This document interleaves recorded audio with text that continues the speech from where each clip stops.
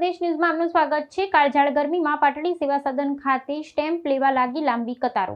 College હોસ્ટેલમાં admission માટે વિદ્યાર્થીઓને આવકના દાખલા, નોન ક્રિમિનલ સર્ટિફિકેટ માટે સોગંદનામું કરવામાં સ્ટેમ્પની જરૂર પડતી હોય આકરી આગ ઝરતી ગરમીમાં અરજદારો ઊભા રહેવા મજબૂર। લાખોના ખર્ચ પીવાના પાણી માટે આરઓ પ્લાન્ટ અને કુલર તો છે પણ શોભાના ગાંઠિયા સમાન। સેવા સદન ખાતે લાખોના ખર્ચે પીવાના પાણી માટે આરઓ છે, કુલર છે, પણ ગરમ પાણી પીવા અરજદારો મજબૂર।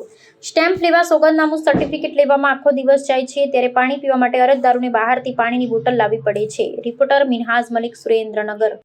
ખેડૂત હિત રક્ષક સમિતિના નેજા હેઠળ પ્રાંત કચેરી આવેલ હતા, જેમાં આજે અમે જોયું કે સ્કૂલો ખુલવાની તૈયારી છે, રિઝલ્ટ આવી ગયા છે।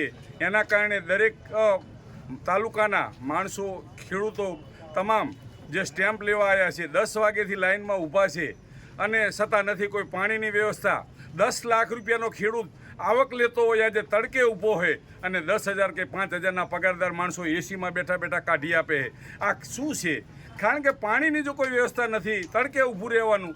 એક આવડું મોટું બિલ્ડિંગ બનાવ્યું, બહુમાળી બિલ્ડિંગ, 3 માળનું બિલ્ડિંગ બનવામાં આવે અને ખેડૂતો જો તડકે ઊભા રહે હાથ બાર આઠ લેવા માટે કે લેવા માટે, તો આ ખરેખર સરકારે વિચારી અને આમની વ્યવસ્થા યોગ્ય કરવી જોઈએ। ગરીબ માણસ છે એટલે એવું ના માનવું જોઈએ બધાનો સરખો ન્યાય છે। તો આ માટે સરકાર તાત્કાલિક નિર્ણય લઈ અને તમામ માણસોને સાંયે ઊભા રાખે, પાણીની વ્યવસ્થા કરે।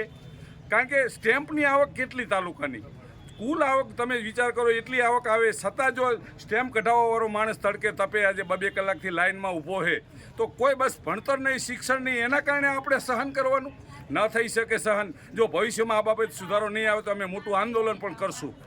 અપડેટ્સ માટે ચેનલને હમણાં જ લાઈક, શેર અને સબસ્ક્રાઇબ કરો।